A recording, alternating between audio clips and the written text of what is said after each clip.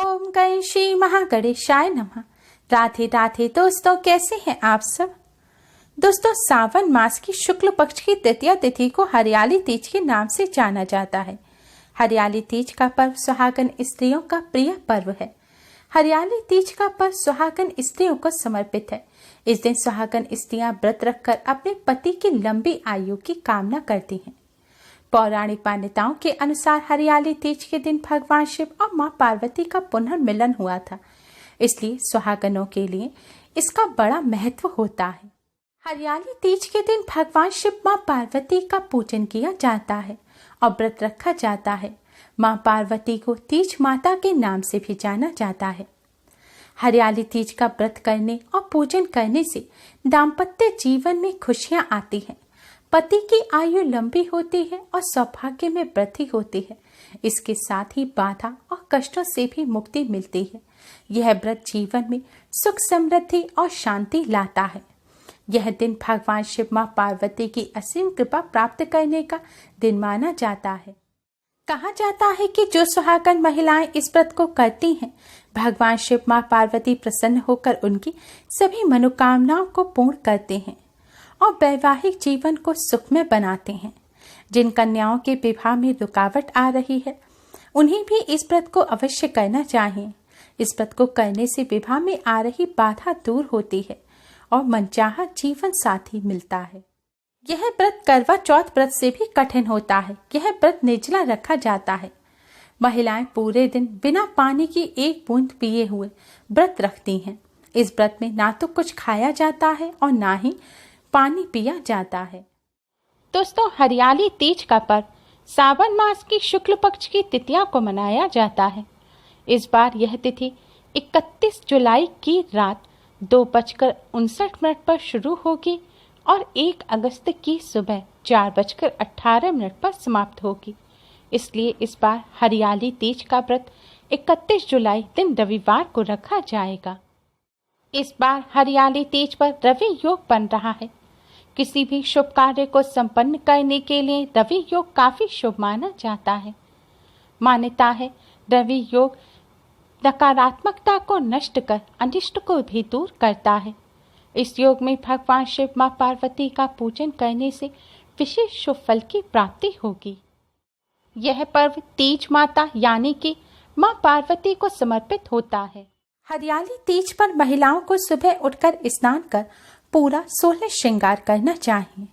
इस दिन नए वस्त्र, नए आभूषण पहनने चाहिए और फिर भगवान शिव मां पार्वती का पूजन करना चाहिए। कहीं कहीं पर महिलाएं मायके से आए हुए वस्त्र ही पहनती हैं।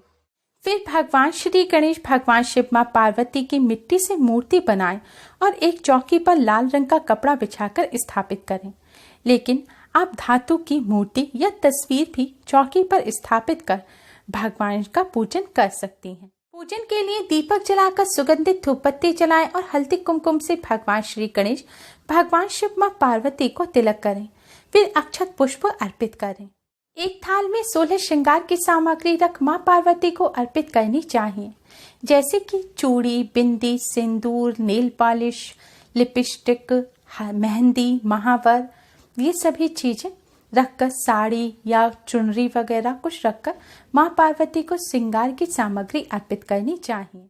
एक प्लेट में 8 पूड़ी और 6 पुए रखकर भगवान श्री गणेश भगवान शिव मां पार्वती को भोग लगाना चाहिए और एक प्लेट में बायना रखें, जिसमें चूड़ियां, श्रृंगार का सामान, बस साड़ी, मिठाइयां, दक्षिणा में रुपए वगैरह एक प्लेट में रखें और इस बायने को भी पूजन के दौरान आप अपने मंदिर के पास यानी कि चौकी के पास ही रखें। फिर भगवान श्री गणेश को प्रणाम कर भगवान श्री गणेश की चालीसा पढ़ें। फिर भगवान शिव मां पार्वती की चालीसा पढ़ें। आज के दिन ओम उमा महेश्वराय नमः मंत्र का अधिक से अधिक जाप करें और तीज की कथा को भी अवश्य सुनें। पूजन के पश्चात बायने की थाली को सास, जेठानी या नंद, जो भी सुहागन बड़ी महिला हैं, आपसे बुजुर्ग हैं या आपकी जो मान है, उन्हें आप इन चीजों को दें और उनके चरण स्पर्श कर कर उनसे आशीर्वाद लें। पूरे दिन निर्जल और निराहार रहकर व्रत करें। अगले दिन स्नान आदि करने के बाद भगवान का पूजन करें और फिर रोटी और गुड़ चना गाय को खिलाएं और इसके पश्चात ही आप भोजन ग्रहण कर व्रत को खोलें। व्रत खोलते समय सात्विक भोजन ग्रहण करें। भोजन में प्याज लहसुन नहीं होने चाहिए। माँ पार्वती को चढ़ाई हुई सुहाग की सामग्री दक्षिणा रखकर किसी सुहागन ब्राह्मणी को दें और उनके चरण स्पर्श कर उनसे आशीर्वाद लें। हो सके तो पूजन के दौरान भगवान शिव जी को बेलपत्र, मदार का फूल, गंगा जल, धतूरा, भांग आदि अर्पित करें। आज के दिन क्रोध ना करें, नकारात्मक विचारों से दूर रहें, अहंकार ना करें, वाणी दोष ना आने दें, लोभ ना करें, किसी का अपमान ना करें, विवाद और तनाव से दूर रहें। अगर आपने व्रत किया है तो व्रत के सभी नियमों का पालन करें और बिल्कुल भी अन्न और जल ग्रहण ना करें। रात भर सोए नहीं, रात भर जागकर भगवान शिव माँ पार्वती का पूजन करें। अगर आपके दाम्पत्य जीवन में सुख की कमी हो या पति पत्नी में आपसी मेल मिलाप नहीं रहता है, लड़ाई झगड़े होते हैं, तो इस समस्या को दूर करने के लिए आप आज के दिन पूजन के दौरान भगवान शिव माँ पार्वती को खीर का भोग लगाएं। इस खीर का भोग लगाने के बाद अगर आपने व्रत रखा है तो जब आप व्रत खोल लें तब इसे आप प्रसाद के रूप में अपने पति के साथ ग्रहण करें। इससे वैवाहिक जीवन के हर कष्ट दूर हो जाएंगे। भगवान शिव माँ पार्वती की कृपा से दाम्पत्य जीवन में सुख आएगा, वैवाहिक जीवन सुख में बनेगा और पति पत्नी में आपसी प्रेम बढ़ेगा। सुख और सौभाग्य में वृद्धि के लिए तीज के दिन पति पत्नी को सुबह के समय भगवान शिव माँ पार्वती का पूजन एक साथ करना चाहिए और थोड़ी सी साबुत चावल और लाल पुष्प हाथ में लेकर भगवान शिव माँ पार्वती के चरणों में एक साथ अर्पित करने चाहिए। फिर वैवाहिक जीवन को सुख में बनाने की, सुख सौभाग्य में वृद्धि करने की प्रार्थना करें। ऐसा करने से पति पत्नी पर भगवान शिव माँ पार्वती की कृपा बनी रहती है और सुख सौभाग्य में वृद्धि होती है। यदि आपको ससुराल में प्रेम नहीं मिलता, ससुराल वालों से मतभेद रहता है, तो पूजा के बाद सास के पैर छूकर उन्हें सुहाग की थाली भेंट करें और फिर उनसे प्रसाद के रूप में उस थाली में से कुछ मांग लें। और जब सास आपको वह दे दें तो आप वापस अपनी सास के पैर छूकर आशीर्वाद लें। फिर इस चीज को आप माँ पार्वती के चरणों में रख दें। फिर माँ पार्वती से कष्ट को दूर करने की प्रार्थना करें। ऐसा करने से माँ पार्वती की कृपा से ससुराल जन में प्रेम बढ़ेगा और आपसी मतभेद दूर होगा। यदि पति पत्नी में प्रेम ना हो और कलेश रहता हो तो आज के दिन आप पति पत्नी दोनों मिलकर भगवान शिव और माँ पार्वती का केसर युक्त दूध से अभिषेक करें। ऐसा करने से पति पत्नी में प्रेम भाव पैदा हो जाता है। दोनों नहीं कर सकते तो केवल पति या पत्नी भी कर सकते हैं। अभिषेक करते समय आपको ओम उमा महेश्वराय नमः मंत्र का जाप करना है। अगर आप संतान सुख से वंचित हैं, संतान की कामना करते हैं, तो आप आज के दिन किसी गरीब कन्या को भोजन कराएं और उनसे दक्षिणा दें।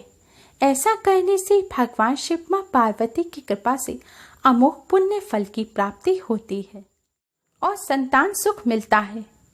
घर परिवार में अगर खुशहाली नहीं है, जीवन में कष्ट चल रहे हैं, तो आज के दिन आप गौ माता की सेवा अवश्य करें। गौ माता को भोजन कराएं। ऐसा करने से घर परिवार में हमेशा खुशहाली बनी रहती है। आज का दिन भगवान शिव माँ पार्वती को प्रसन्न करने के लिए बहुत ही खास दिन माना जाता है।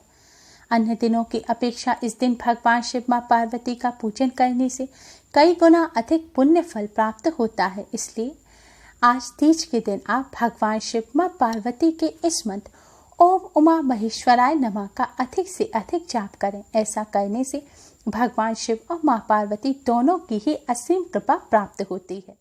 अगर ज़्यादा ना कर सके तो कम से कम आप 108 बार इस मंत्र का जाप अवश्य करें।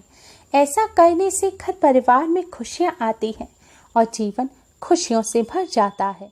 साथ ही भगवान शिव माँ पार्वती की कृपा भी सदैव बनी रहती है। भगवान शिव माँ पार्वती की कृपा प्राप्त करने के लिए कमेंट बॉक्स में जय शिव शंकर, जय माँ पार्वती, जय उमा महेश्वराय अवश्य लिखें। उम्मीद है आपको हमारी ये वीडियो पसंद आई होगी। प्लीज़ लाइक कर अपने फ्रेंड्स के साथ शेयर जरूर करें और यूज़फुल वीडियोस के लिए हमारे चैनल को सब्सक्राइब कर बेल आइकन को भी जरूर दबाएं। Thanks for watching. Radhe Radhe. जय शिव शंकर।